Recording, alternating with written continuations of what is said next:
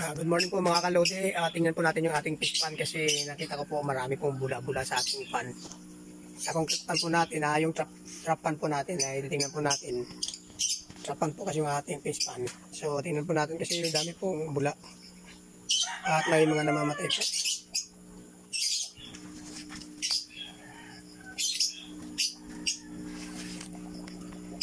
Tatlong pan po ito. Ayan. Marami pong bula-bula na ganito. Hindi ko po alam kung bakit po ganito po yung ating pan. Kasi wala po, bago lang po tayo. Suppose.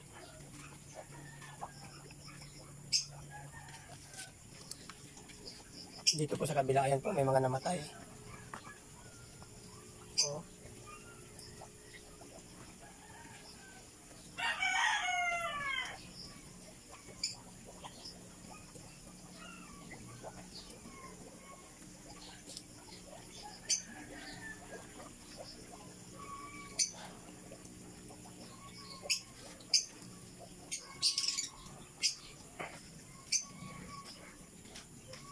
Dito po sa pangatlo.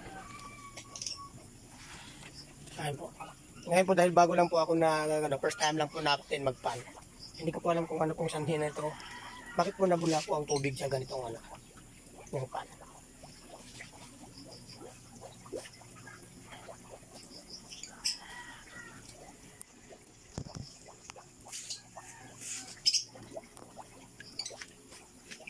Ayan po, may mga namatay.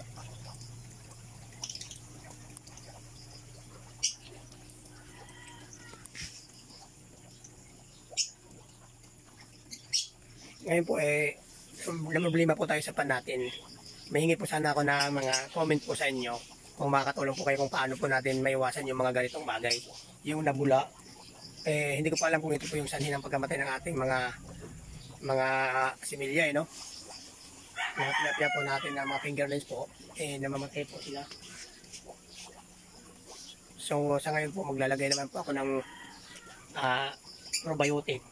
Kasi yung pag-apply ko po ng probiotic, ayon lang po sa aking napapanood sa YouTube. Hindi po ako nakapag-seminar. Hindi po ako nakapag-attend ng mga seminar sa pag-fish pan. So maasa lang po ako sa YouTube na akin po napapanood. So nagtatry lang po ako na mag-alaga. Actually wala po sa plano to, biglaan lang po yung ating paggagawa po ng pan.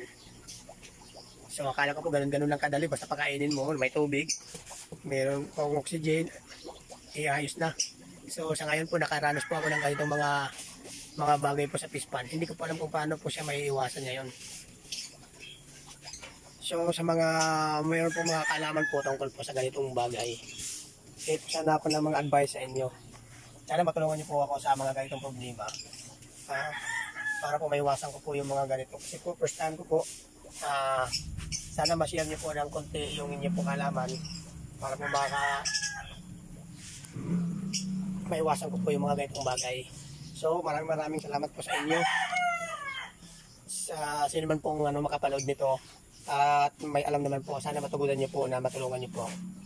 Nagpapasalamat po ako sa inyo na nais pong makatulong at makashare po na inyong kaalaman.